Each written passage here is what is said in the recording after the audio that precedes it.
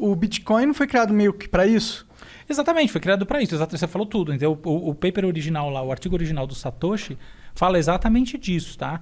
De como uma moeda digital é capaz de se contrapor a todo um sistema, toda uma maneira do Estado controlar a economia. Por isso que tem um componente muito ideológico, eu diria até, num certo sentido, um pouco ingênuo, tá? No sentido legal da coisa, assim, tem sonhador, sabe? Eu acho que é mais a palavra, né? Que vem dessas comunidades de cypherpunks. Engraçado esse nome, né? Cypherpunks não é cyberpunk, tá? Não tem quase nada a ver. Cypherpunks são pessoas ligadas a cipher, que é códigos, são quebradores de código. São pessoas que são hackers e são pessoas, sobretudo, muito ligadas à criptografia. Então, meu sócio lá na WeMind, o Oda, por exemplo, ele é um gênio da criptografia, assim, um gênio absoluto. Ele gosta, ele tem esse hobby lá, 20 anos atrás ele já tinha.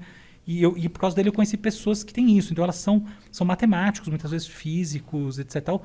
Gente ligada a como é que você gera códigos e como é que você quebra códigos. Enfim, não necessariamente de maneira ilegal, não tem nada a ver, tá? Sim. Mas é uma comunidade que sonha muito, acredita muito nessas alternativas à economia tradicional.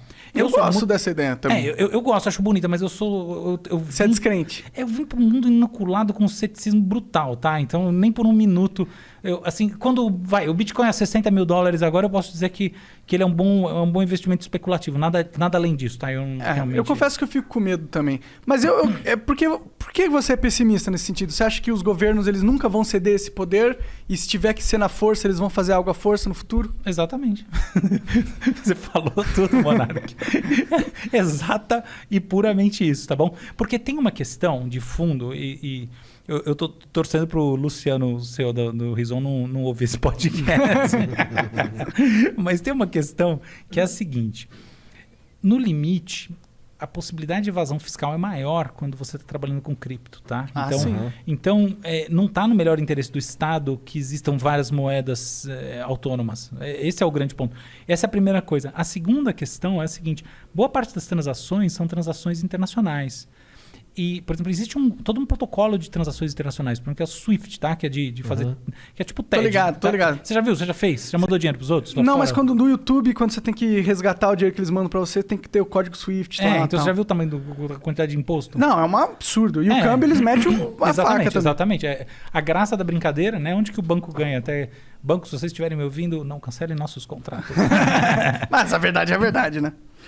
Boa parte da jogada está no câmbio, tá? Os câmbios são extremamente desfavoráveis e tal. Uhum. Então, o que acontece? Quando você tem essa possibilidade de fazer transações transnacionais com uma moeda de conversão imediata, de uso universal, você quebra um pouco com esse tipo de sistema que assim, a gente fala, pô, então ótimo, né? Quebra uma coisa que ela própria nos quebra. Isso é verdade por um lado, mas quando você olha por um outro ângulo, não é só assim, tá? Então, por exemplo, pensa num país que está... num governo que adotou políticas que são muito ruins para a sua própria população. E, em função disso, está sendo sufocado por medidas retaliatórias de caráter internacional e tal, entende? Estruturas como essa permitem evasão de divisas e aí quebram com embargos e com outras medidas de sentido geopolítico que muitas vezes são negativas, a maior parte das vezes elas são negativas e ponto final, mas outras vezes não, outras vezes são importantes mesmo, tá? Então como é que vocês sufocam um país que está Coreia do Norte. oprimindo sua população? Uma das maneiras mais eficientes hoje em dia, talvez, na verdade a mais eficiente é o embargo econômico. Agora, se você tem essa possibilidade de fazer a transação através de cripto no mundo inteiro, aí você quebrou com o embargo. Uhum. Então, na verdade, não é um jogo tão trivial, bem contra o mal, na verdade, qualquer é o jogo bobagem mais importante de escala de poder, né? É quem tá dominando o mundo. Só que eu não gosto muito dos caras que estão dominando atualmente. Eu prefiro o time Bitcoin, na real. Tá ligado? E eu entendo, eles vão usar a força caso eles tipo o Silk Road? O Silk Road é um negócio da China, né? Não. Tá. Não esse Silk Road. Eu lembrei o Silk Road. Entendeu? Onde compra drogas e outras coisas. Entendeu? Não sempre, tá bom? Então, não sempre. Mas essas coisas vão sempre existir, né? Sim, mas é óbvio que cripto ajuda esse tipo de mercado negro. Assim. Tem um lado bom, tem um lado ruim. Sim. Como quase tudo, tá bom? Tem coisas que só tem lado ruim. Que só tem lado bom ainda não vi. Mas você acha que o Estado é forte o suficiente para impedir uma revolução social? Porque Sim. Não. Que tipo de revolução social? Baseada em cripto? Não tenho dúvida. Claro que é. Como ele faria, assim? Você já está fazendo. Como é que faz? A SEC diz, por exemplo, que para você comprar...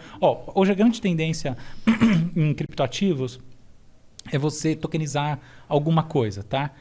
Então, por exemplo, você faz um fundo de imóveis, você lança uma cripto que dá direito a esses imóveis. Por exemplo, o token não fungível que eu estou falando para vocês.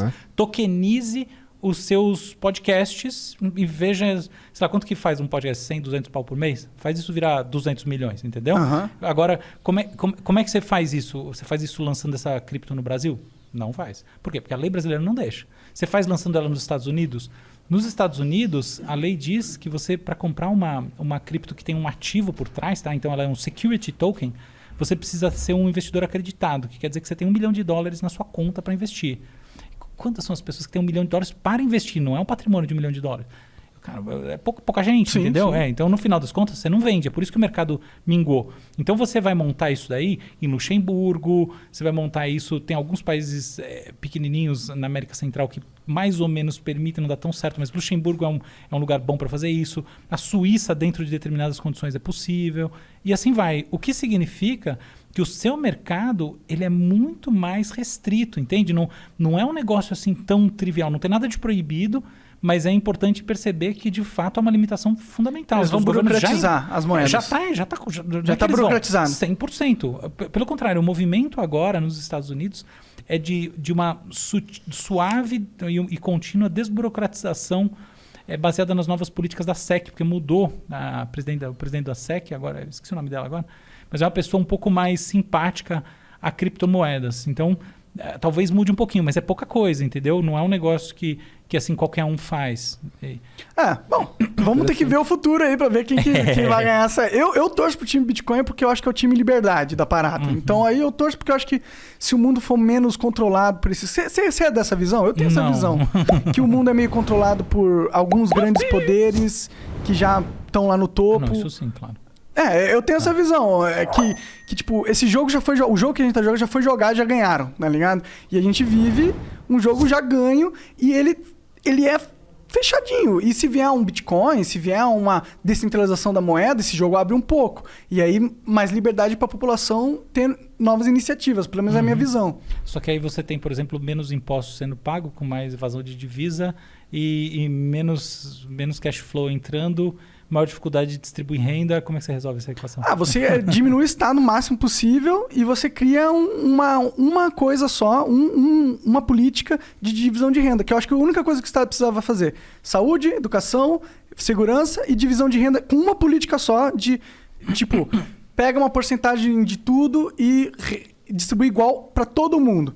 Que aí você tem um fluxo de caixa entrando para todo mundo na população igualmente. E aí quem quiser fazer o que quiser fazer com esse dinheiro, quiser prosperar, investir, quiser gastar em droga, quiser ficar vendo TV, você pode. Mas você vai ter a opção de investir, entendeu?